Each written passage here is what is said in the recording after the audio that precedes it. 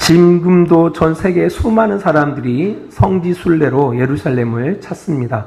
예수님 당시에도 유대인뿐 아니라 유대교를 믿는 이방인들도 예루살렘을 찾았습니다.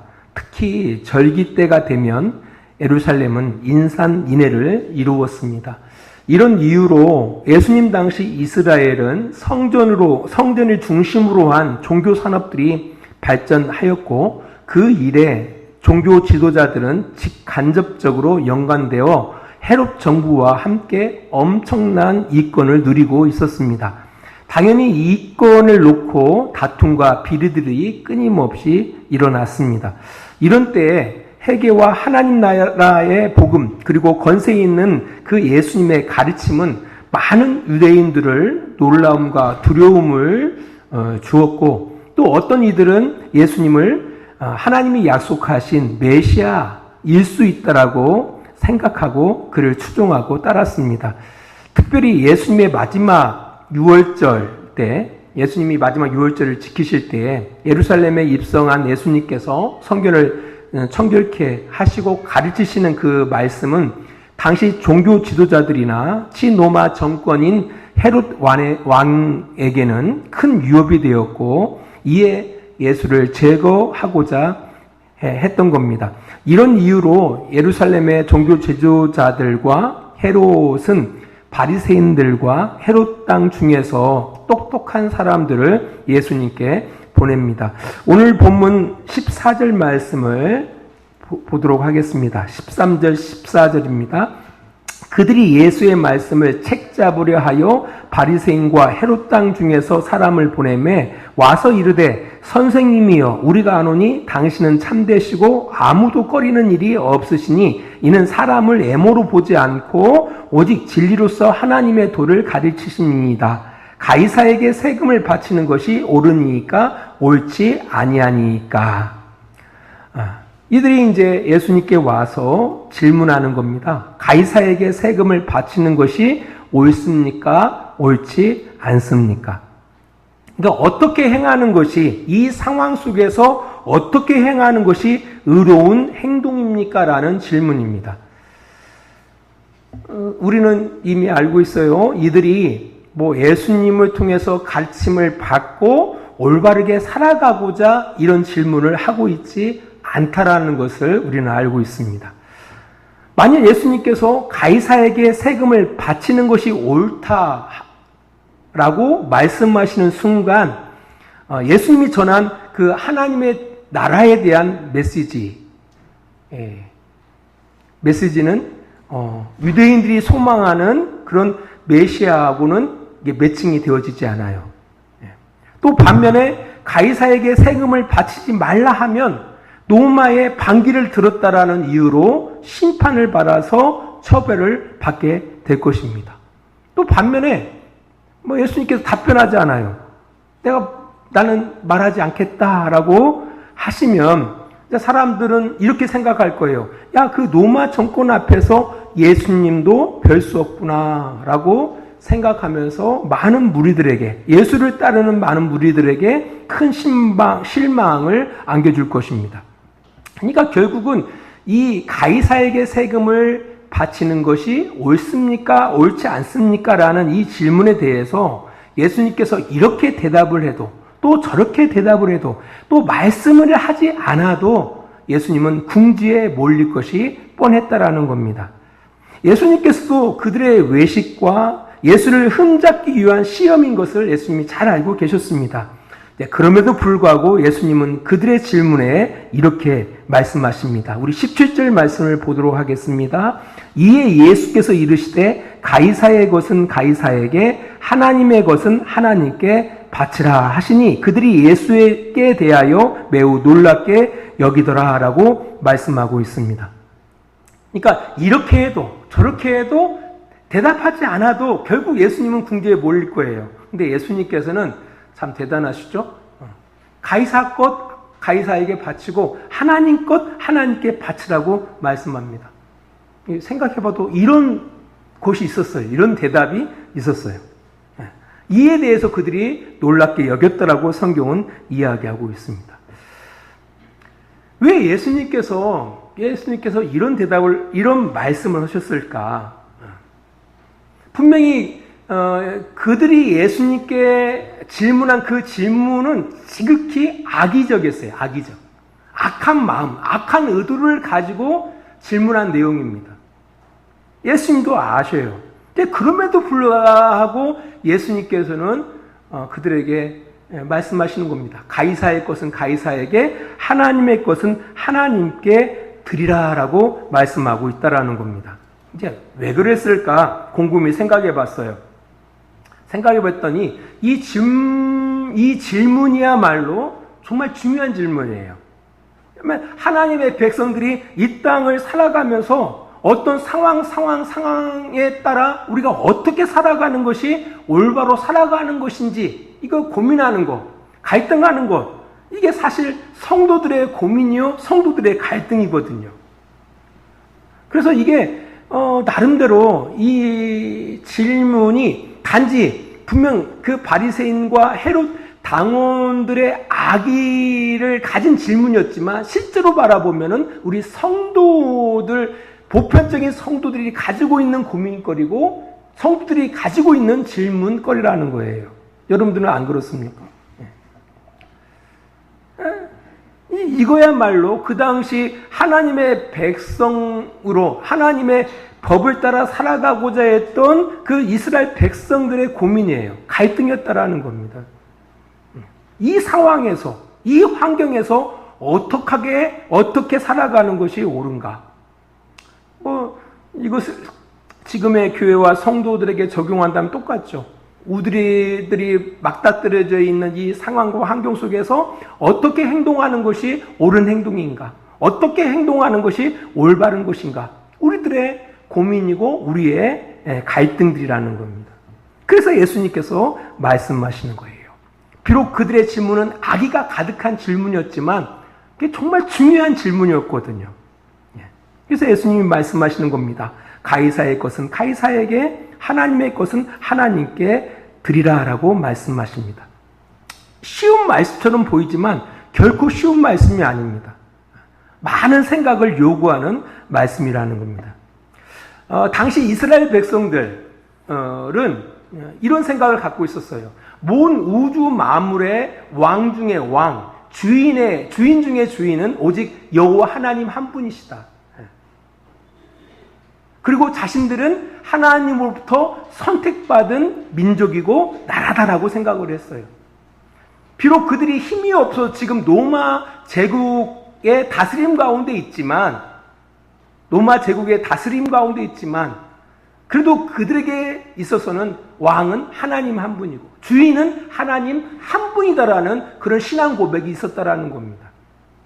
이제 그런 고백 가운데에서 내가 하나님의 백성이고 하나님이 나의 왕이고 하나님의 나의 주인인데 다른 가이사, 그 당시 로마를 통치했던 황제 그 가이사를 왕으로, 그 가이사를 주인으로 인정하고 그에게 세금을 낸다라는 그 자체는 우상숭배일 수 있다고 생각했던 거죠. 그러니까 그 갈등 속에 있었던 거예요. 내가 하나님을 믿는 하나님의 선민 이스라엘 백성인데 그럼에도 불구하고 하나님만이 나의 유일한 왕이고 나의 유일한 주인이신데 그 분께 드리는 것은 마땅하지만 그렇지 않고 그 가이사를 왕으로 가이사를 주인으로 인정하고 그에게 세금을 바친다라는 것이 신앙의 양심상 있을 수 없는 일이라고 생각했다라는 겁니다. 그렇지 않나요? 이런 고민 가운데 있었거든요. 예전에 그 공무원 시험이 주일에 치러진 시절이 있었습니다. 정말 신앙이 좋다라고 할 수 있죠. 그런 사람들은 그 주일 성수를 지키기 위해서 공무원을 포기하는 사람들도 있었습니다. 실제로. 그러니까 그 공무원 시험을 보자니 주일을 어겨야 돼요. 주일을 신앙의 아주 중요한 것으로 여겼던 그 신앙인들이 나는 주일을 섬기기 위해서 공무원 시험을 포기해버리는 거예요. 이런 경우 진짜 있었어요. 또 3교대 직장을 다니는 성도들 그렇잖아요. 직장을 섬기자니 주일 성수를 항상 할 수가 없어요. 또 주일 성수를 하자니 직장 생활을 할 수가 없습니다. 이런 고민과 이런 갈등 가운데 어떻게 하는 것이 옳은 일일까? 어떻게 하는 것이 의로운 행동일까? 이런 고민과 갈등들이 있다라는 거예요. 제가 아는 어떤 분들은 실제로 이 주일 성수 때문에 직장을 그만둔 분이 계셔요. 아니, 많을 겁니다. 이 부분들이. 제가 아는 분들만 여러 부분들이거든요. 실제적인 고민이요, 실제적인 갈등이었다라는 겁니다. 아무튼 이런 그들에게 예수님은 이렇게 말씀하십니다. 가이사의 것은 가이사에게, 하나님의 것은 하나님께 드리라라고 말씀하십니다. 이게 어떤 말씀입니까? 어떤 말씀? 가이사에게 세금을 바치라는 얘기예요. 우리가 하나님의 백성이라 할지라도 지금 이스라엘을 다스리는 나라는 로마라는 거예요. 로마 정부가 이 나라를 다스리기 위해서는 뭐가 필요해요? 세금이 필요하죠. 그러니까 당연히 너희가 로마의 통치 가운데 있으니까 그 세금 로마에게 바치라는 얘기예요. 바칠 거 바치고 살아가라는 거예요. 그러니까 로마의 법을 존중하고 너희들에게 주어진 그 책임과 역할을, 의무를 다 하라고 예수님께서 말씀하시고 있다라는 겁니다. 왜 이런 말씀을 예수님께서 하셨을까? 우리 다니엘서 4장을 가보겠습니다. 다니엘서 4장 17절입니다. 구약성경 1226쪽에 있습니다. 제가 읽어드리겠습니다.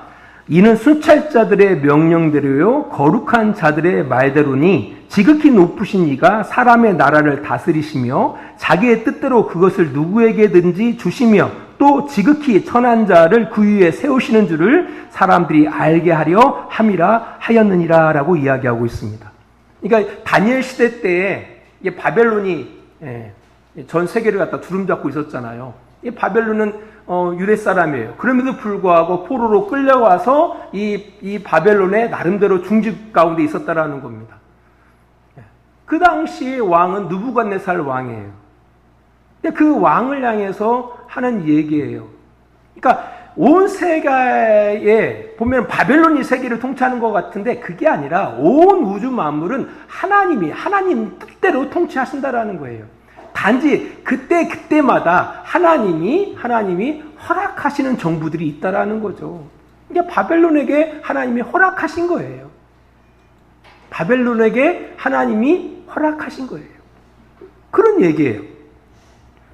그러니까 지금 이스라엘은 누구의 다스림 가운데 있죠? 로마의 다스림 가운데 있는 겁니다. 로마의 다스림 가운데 있는 이스라엘 백성들. 그 다스림 그 자체도, 로마가 이스라엘을 다스리는 그 자체도 누가 허락한 거예요? 하나님이 허락했다라는 거예요.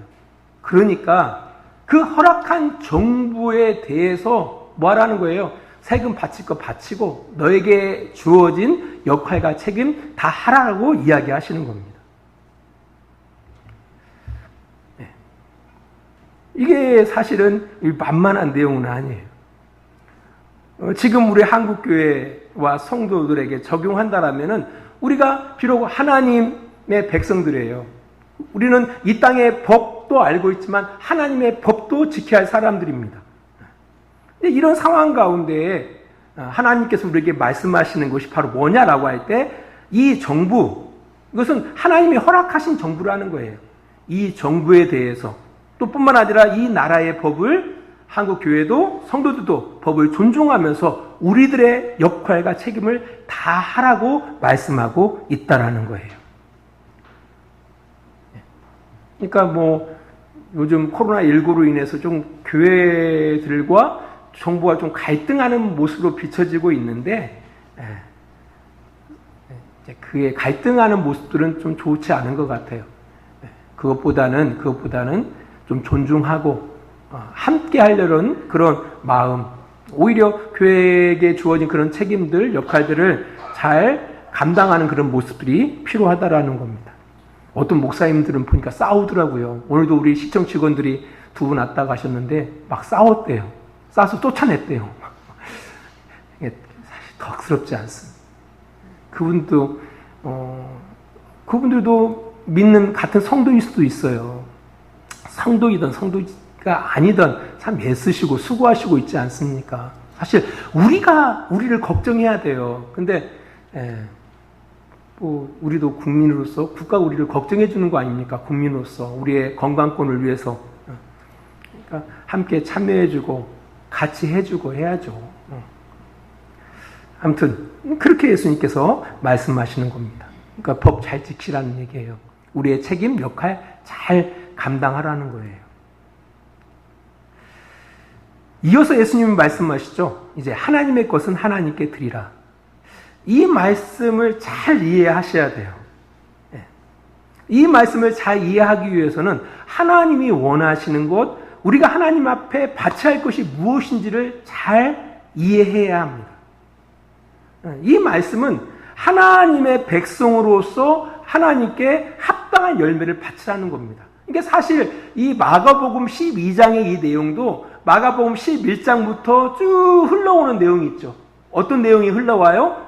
열매. 그렇죠? 예수님께 예루살렘 입성하고 나서 어떤 일을 행하죠? 먼저 열매 없는 무화과, 열매가 마땅히 열매를 맺어야 하는데 열매 맺지 않는 그 무화과를 저주하시는 이야기가 등장해요. 또 거기 안에 하나님의 집은 기도하는 집인데 강도의 소굴로 만들었다라고 책망을 해요. 이 내용들 하나하나가 뭐와 연관되어 있습니까? 열매와 연관되어져 있는 거예요. 열매.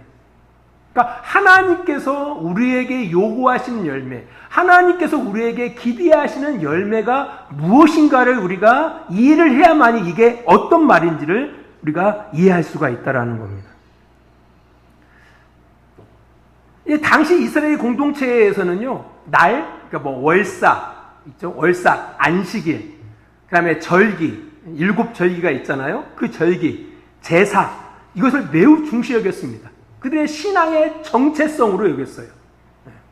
그것은 하나님의 백성으로서 마땅히 하나님께 드려야 할 것으로 생각했습니다.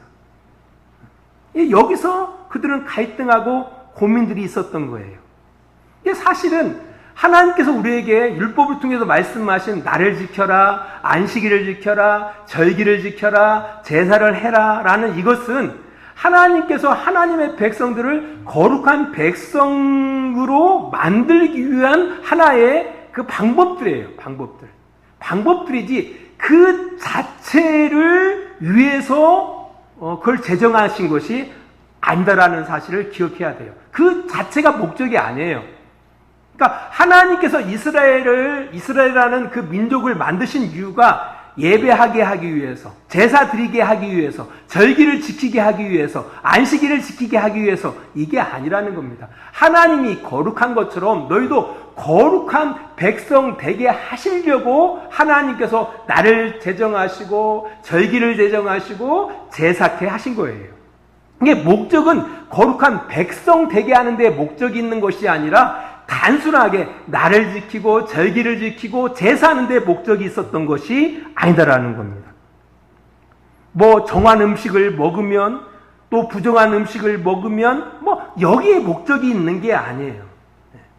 이게 거룩한 백성 되게 하는 데 목적이 있다라는 겁니다. 바로 거룩한 열매에 바로 목적이 있다라는 겁니다. 왜냐면은요, 제사나 절기는 상황과 여건에 의해서 지키지 못할 때가 있다라는 겁니다. 실제로 이스라엘 백성들이 그랬습니다. 바벨론에 의해서 이제 이스라엘이 망하고요, 예루살렘 성전이 완전히 무너져 버립니다. 성전이 무너지다 보니까, 그래 어떻게 해요? 모여서 예배할 곳이 없는 거예요. 뿐만 아니라 그들은 세계 곳곳으로 흩어집니다. 마땅히 지켜야 할 안식일을 지킬 수가 없습니다. 왜? 그들이 노예 신분이기 때문에 안식일을 지킬 수가 없어요. 또 노예 신분에서 뭐 할 수가 없습니까? 절기를 지킬 수가 없습니다. 제사를 드릴 수가 없습니다. 그럼 어떻게 해요? 그들은 그들의 상황 속에서, 그들의 여건 속에서는 무엇도 할 수가 없었던 거예요. 나를 지킬 수가 있나요? 절기를 지킬 수가 있나요? 제사를 드릴 수가 있나요? 근데 그 지킬 수 없는 그 환경 누가 허락한 겁니까? 하나님 허락한 거죠. 하나님이 이스라엘을 바벨론의 손에 붙이신 거예요. 바벨론의 손에 붙여서 이스라엘을 망하게 만드셨습니다. 예루살렘 성전을 무너뜨리게 하셨습니다. 누구에게 있어요? 하나님께 있죠. 만일 우리가 날을 지키는 것이, 절기를 지키는 것이, 하나님께 제사를 지내는 것이 우리를 구원하신 목적이라 한다라면은 하나님께서는 이스라엘을 멸망시키지 않았을 겁니다. 하나님께서는 예배하는 그 예루살렘 성전을 무너뜨리지 않게 하셨을 겁니다. 그러나 하나님이 원하셨던 것은 거룩한 백성이었기 때문에 그 거룩한 백성이 되게 하시려고 그가 세운 이스라엘도 바벨론의 손에 붙이셨던 것이고, 그죠? 예루살렘 성전도 무너뜨리게 하셨다라는 겁니다. 그러니까 하나님은 내 자녀, 하나님의 백성들을 거룩하게 하기 위해서는 못할 것이 없었던 거예요. 심지어는 자기 아들까지도 내어주신 거 아닙니까? 우리를 거룩하게 하기 위해서 하나밖에 없는 아들까지도 우리를 위하여 이 땅 가운데 보내신 겁니다. 우리를 위하여 이 땅 가운데 오셔서 죽게 하신 거예요. 못하실 것이 없는 겁니다. 결국은 하나님이 원하시는 것, 하나님께 우리가 바쳐야 할 것은 그 열매인데 그 열매가 바로 뭐냐라고 할 때 거룩한 삶이라는 거예요. 거룩한 삶.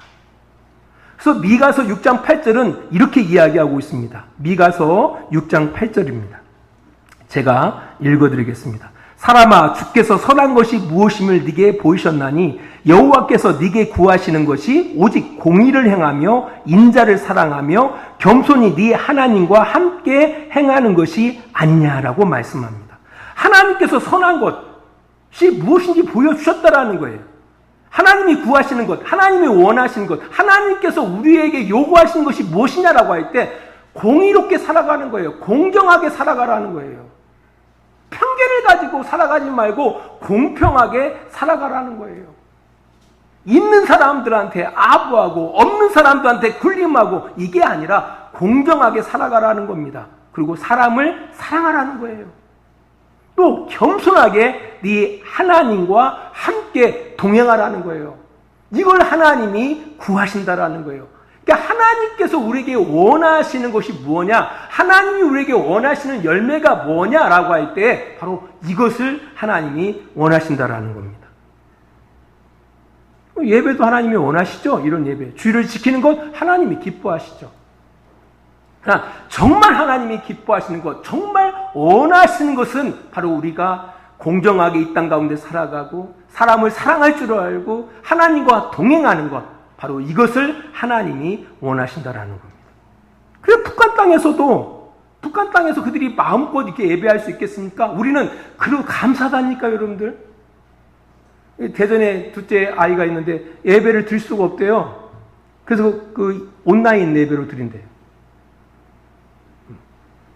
인터넷 예배를 드린다라는 거예요. 우리 얼마나 감사한지 몰라요. 그래도 주일 하루라도 이렇게 모여서 성도들이 이렇게 마주 보면서 이렇게 함께 할 수 있다는 게 얼마나 감사합니다. 북한 땅에서는요, 불가능한 일이에요. 그들이 예배하는 거 불가능해요. 주일을 지키는 거 불가능해요. 함께 모여서 찬양하는 거 불가능합니다. 많이 걸렸다가는 그냥 죽음이에요. 그런 상황 가운데에서도 그들은 뭐 할 수 있어요? 신앙을 지켜갈 수가 있는 거예요. 신앙의 양심, 그 마음은 억압되지 않는다라는 거예요.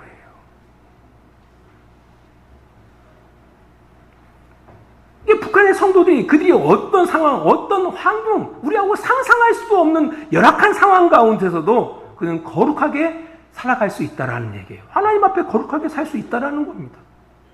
그들의 마음으로 하나님을 믿는데 그걸 어떻게 그 억압을 해요? 내가 하나님을 믿는, 내 마음이 하나님을 믿고 있는데 그 마음을 누가 억압할 수 있냐는 거예요. 아까 우리가 찬송했던 것처럼 환난과 핍박 가운데서도 성도는 신앙을 지킬 수가 있는 거예요. 왜? 내 마음을 어떻게 할 수 없으니까. 내 육신을 억압할 수 있겠죠. 우리들의 육신, 보이는 것은 억압할 수 있겠죠. 하지만 우리의 마음은 억압할 수 없단 말입니다. 신앙의 양심은 억압할 수 없다라는 거예요. 신앙의 양심을 지켜갈 수 있다라는 거예요. 그러니까 어떤 상황, 어떤 환경 가운데서도 우리가 하나님께 영광 돌리며 살아갈 수가 있다라는 거예요. 우리가 예를 들어서 주일날 예배하지 못하는 상황 가운데 있습니다. 그 속에서도 우리는 정의롭게 살아갈 수 있습니다. 그 속에서도 우리는 하나님을 경외하면서 동행하면서 살아갈 수 있다라는 겁니다. 그 속에서도 우리는 언제든지 사람을 사랑하면서 살아갈 수가 있다라는 겁니다. 그 그것을 이야기하는 거예요. 그것을 예수님이 말씀하시고 계신 겁니다. 보통 사람들은 날과 절기, 지금 따지면 주의를 지키고, 예배에 참여하고, 이런 것을, 신앙의 열매로 생각하는데, 사실은 그런 얘기가 아니에요. 거기에 우리가 매여 있기 때문에 정작 중요한 그 열매를 맺지 못한다라는 거죠. 정작 중요한 그 열매를 맺지 못한다라는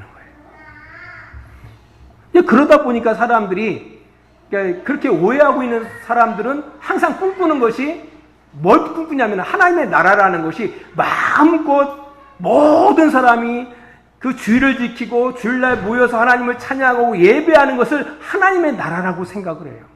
누구에게도 방해되어지지 않고 방해받지 않고 마음껏 이렇게 모여서 목청껏 찬양하고 목청껏 기도하고 말씀을 마음껏 듣고 이런 어떤 분위기, 이런 것을 하나님의 나라라고 생각한다라는 거예요. 꼭 이스라엘 백성들이 노마의 눈치 안 보고 마음껏 하나님을 찬양하고 하나님 앞에 제사하고 절기를 지키고 이런 것을 꿈꿨던 것처럼, 그런 꿈을 이루기 위해서는 뭐가 필요해요? 힘이 필요한 거죠. 노마 정부를 갖다가 억압할 수 있는 힘이 필요한 거죠. 그러니까 그들이 생각했던 하나님의 나라라는 것은 엄청난 능력의 그 메시아가 이 땅 가운데 와서 누구를 몰아내고 노마 제국을 몰아내고 다윗의 왕조를 회복하는 거예요. 힘 있는 다윗의 왕조를 회복하는 거죠. 그들이 꿈꿨던 그 하나님의 나라가 그랬던 겁니다. 지금의 교회들도 그래요. 그래서 교회들이 한다는 얘기가 뭡니까? 교회도 힘을 가져야 한다라는 거예요. 어떤 힘? 정부가 꼼짝 못하는 힘을 가져야 한다라는 거예요. 이거 엄청 위험한 말입니다. 제가 가장 싫어하는 단어 중에 하나가 성시화예요. 성시화. 그 착각을 버리셔야 돼요. 우리 기독교인들이 그 힘, 말 그대로 그런 세상적인 힘을 갖는 순간 기독교는 썩어 빠져버리게 돼 있어요. 여러분, 로마가 국교화가 되어지고 기독교가 강력한 힘을 가집니다. 강력한 힘을 가져서 어떻게 되죠? 썩어 빠져버리는 거예요. 중세 기독교의 그 타락을 아시잖아요. 교회가 왕을 마음대로 올렸다 내렸다 하는 그런 시대가 있었어요. 왕을 교회가 좌지우지해요. 그 엄청난 그 권력을 가졌을 때 그들이 뭐합니까? 그 권력을 가지고. 그 교회가 뭘 했어요? 타락의 극치를 갖다 달려갑니다. 사실 한국교회 힘 엄청납니다. 여러분, 대통령 교회 눈치 안 볼 수가 없어요. 그만큼 힘을 가지고 있어요. 왜? 쪽수가 많다라는 거죠. 그랬어요. 지금 우리의 상황이 어떤 상황이죠? 지금 코로나19로 인해서 교회에서 무슨 문제만 생기면은 댓글이 정말 가관입니다. 근데 이 문제가 이 코로나19로 비롯된 문제입니까? 아니에요. 이때까지 쌓아졌던 교회에 대한 불신, 불만 이런 것들이 표출되어져요. 최근에 전라북도에서 그런 일이 있었잖아요. 목사님이 성도들 8명인가를 갖다가 성폭행을 했어요. 자꾸 그 사람이 28년인가요? 네. 생각하기도 싫죠. 이게 하나님의 나라에 대해서 우리가 너무 오해하고 있는 거예요. 누가복음 17장 20절로 21절을 이렇게 이야기하고 있습니다.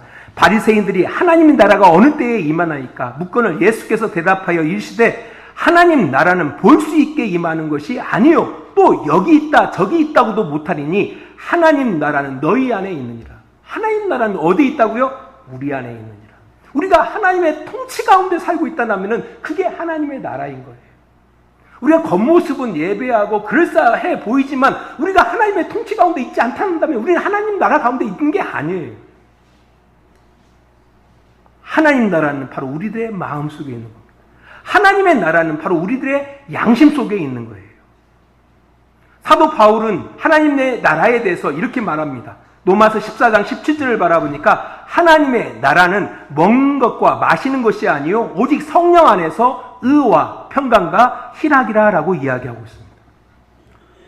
먹는 것, 부정한 것을 먹으면 또 정한 것을 먹으면 절기를 지키면 예배를 드리면 이게 아니라는 겁니다. 성령 안에서, 하나님 안에서 의와 평강과 희락이 바로 하나님의 나라라고 이야기하고 있는 겁니다. 그러니까 우리가 어떤 상황, 어떤 환경 가운데서도 우리는 우리 안에 있는 하나님의 나라가 억압되지 않는다라는 거예요. 그래서 마땅히 드릴 수가 있다라는 거예요. 그러니까 예수님이 그들에게 하신 말씀이 그 말씀인 거예요. 그래, 노마의 것 노마에게 드리라는 거예요. 그리고 너희는 하나님의 백성으로서 하나님께서 기뻐하신 열매를 맺어 살아가라는 거예요. 어떤 상황과 어떤 환경 가운데서도 정의롭게 살아가고 정직하게 살아가고 사람 사랑하면서 살아가고 하나님과 동행하며 살아가라는 거예요. 그렇게 살아가라는 거예요. 그 얘기를 하고 있다라는 겁니다. 노드니 스타크라는 사람이 있습니다. 사회학자인데요. 이 사람이 기독교 발응이라는 책을 씁니다. 이게 로마의 박해 가운데 초기 기독교회가 엄청난 부흥을 이루거든요. 그 여러 가지 원인들이 있는데 그 원인 중에 하나가 그 당시에 로마에 엄청난 전염병이 있었다고 합니다. 근데 다른 사람들과 다르게 그 교회와 기독교인들이 다른 종교와 다르게 다른 사람들과 다르게 그 전염병 상황에서 훌륭하게 대처했다라는 거예요. 그 결과로 많은 사람들이 죽어갈 때 교회는 많은 사람들이 살았다라는 거예요. 그 전염병 가운데. 월등히 높은 생존율을 갖게 된 거예요. 이런 모습에 많은 사람들이 감동받아서 교회에 가입하게 됐다라는 거죠. 아무도 사람이 위기가 오고 어떤 극단적인 상황 가운데 오면 사람들이 나만 살려고 하잖아요. 나만. 근데 교회는 그게 아니잖아요. 서로 사랑하고 하다 보니까 돌봤던 거예요. 성도들을 돌보고 하다 보니까 당연히 사람들이 덜 죽겠죠. 이런 어떤 그 지혜로운 대처가 초기 기독교회의 부흥을 이루게 했다라고 그가 사회학자의 시각에서 그 이야기를 하더라고요.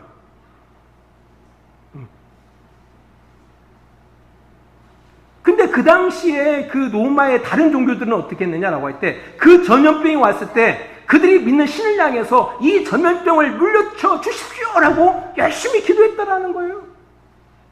그렇게 했다라는 거예요. 결국은 신뢰를 못 얻었던 거죠.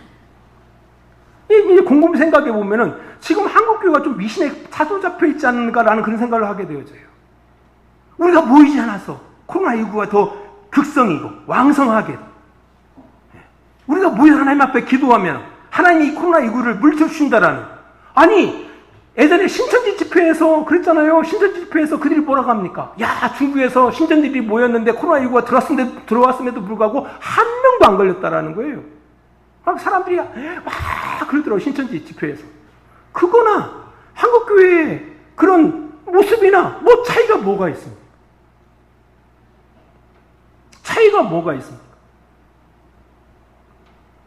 안 그런가요? 정신 차려야 돼요. 정신 차려야 한다라는 거예요. 하나님 나라는 어디에 있다고요? 우리 마음 가운데 있는 거예요. 하나님의 다스림 가운데 살아가는 것이 바로 하나님의 나라는 거예요.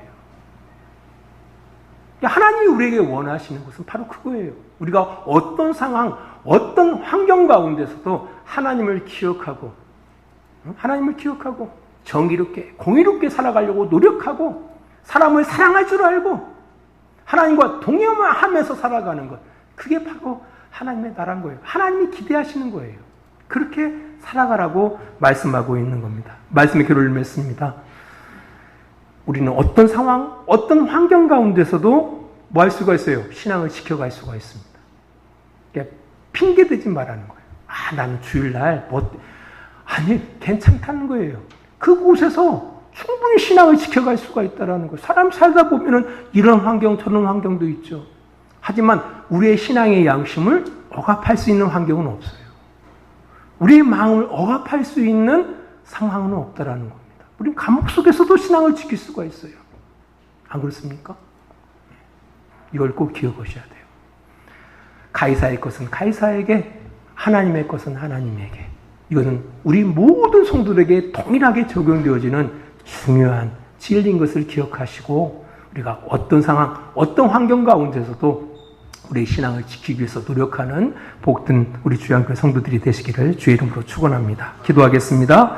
하나님 아버지 감사합니다. 가이사의 것은 가이사에게, 하나님의 것은 하나님에게, 이것을 우리의 마음 가운데 깊이 새기고 우리에게 주어진 이 자리에서 이 사회의 법을 존중하고 지켜나가기를 원하고 뿐만 아니라 하나님의 자녀들로서 마땅히 하나님 앞에 드려야 할 열매 있는 삶을 끊임없이 살아가는, 그래서 하나님이 요구하시는 그 거룩한 삶을 우리의 삶 가운데 살아가는 복된 성도들이 다 되어질 수 있도록 주님께서 도우시고 인도하여 주시옵소서. 이제는 우리를 사랑하시는 우리 아버지 하나님의 그 크신 사랑하심과 예수 그리스도의 십자가의 은혜하심과 성령의 감화와 감동과 지키시고 인도하심이 오늘도 시간을 구별하여 하나님께 예배하며 하나님의 뜻 가운데 살아가기를 원하는 귀한 성도들과 그들의 가정과 직장과 사업장이 다 되어지기를 예수 그리스도의 이름으로 간절히 축원하옵나이다. 아멘.